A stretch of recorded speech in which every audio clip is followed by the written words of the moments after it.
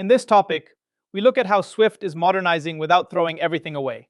You'll see how GPI and ISO 20022 upgrade today's messaging, and how Swift's blockchain experiments aim to connect existing rails with emerging on-chain settlement instead of replacing one with the other.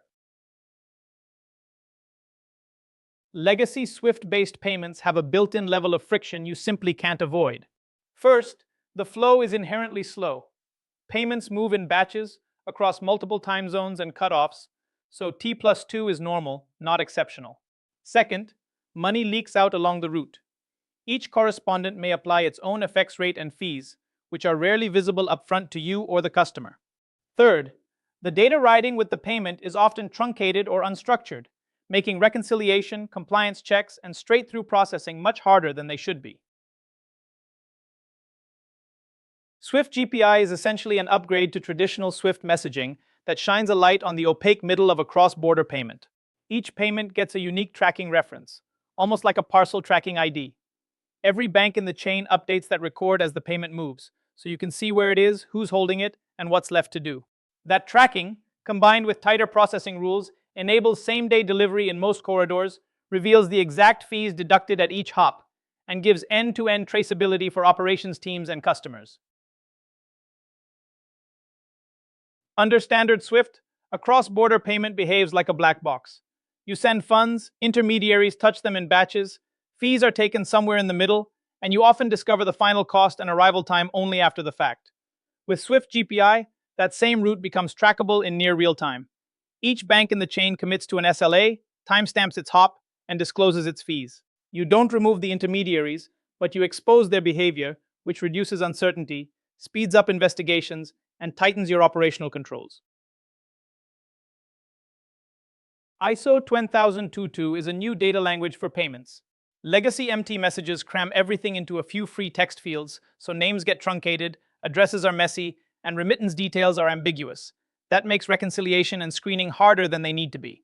With ISO 20022, each important concept becomes its own structured field: legal entity name, precise address, agent identifiers, and rich remittance information. For cross-border flows, that structure supports better straight-through processing, stronger compliance checks, and a cleaner foundation to interoperate with on-chain and tokenized payment systems. When we talk about rich data in payments, we're really talking about business outcomes. For corporate treasury, better data means invoices and payment references that actually line up with ERP records. That unlocks straight-through reconciliation and cuts a lot of manual exceptions work.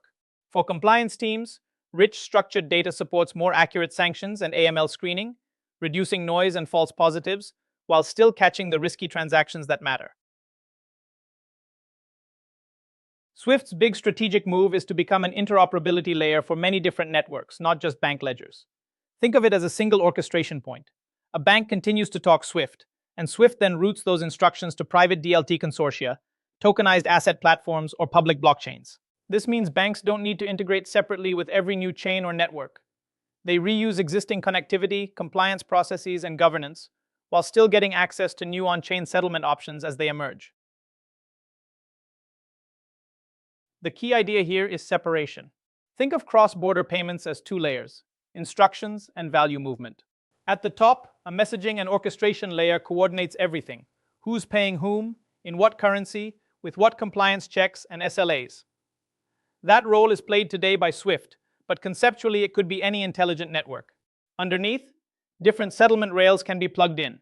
One payment might settle through traditional RTGS and Nostro accounts, another through a DLT or tokenized network. Decoupling these layers lets you modernize value movement without ripping out existing messaging. Most institutions modernizing cross-border payments face a fork in the road. One path says, keep your existing perimeter and upgrade it. Better messaging with GPI and ISO 20022, richer data, faster processing, but largely the same accounts and counterparties. The other path is adopt new, parallel rails using tokenized deposits or stablecoins, where settlement can be closer to real time and liquidity can be re-architected. In reality, many banks won't choose only one path. Your strategic challenge is deciding where to extend legacy infrastructure and where to introduce truly native on-chain settlement. When you compare these rails, think in trade-offs, not winners. Traditional Swift is strong on regulatory comfort, but weak on speed, availability, and transparency. Swift GPI plus ISO 20022 upgrades that experience: faster processing, good tracking, and much richer data, while staying within familiar regulatory frameworks. Native on-chain rails flip the equation. You get 24/7 availability, real-time traceability, and programmable data, which enable new products and automation. But regulatory clarity is still evolving and uneven by jurisdiction. Your strategy will likely blend these rails, corridor by corridor. You don't pick on-chain or Swift in the abstract. You map each use case to the rail that fits its economics and risk profile. High-value corporate treasury cares about predictability, intraday liquidity, and tight controls.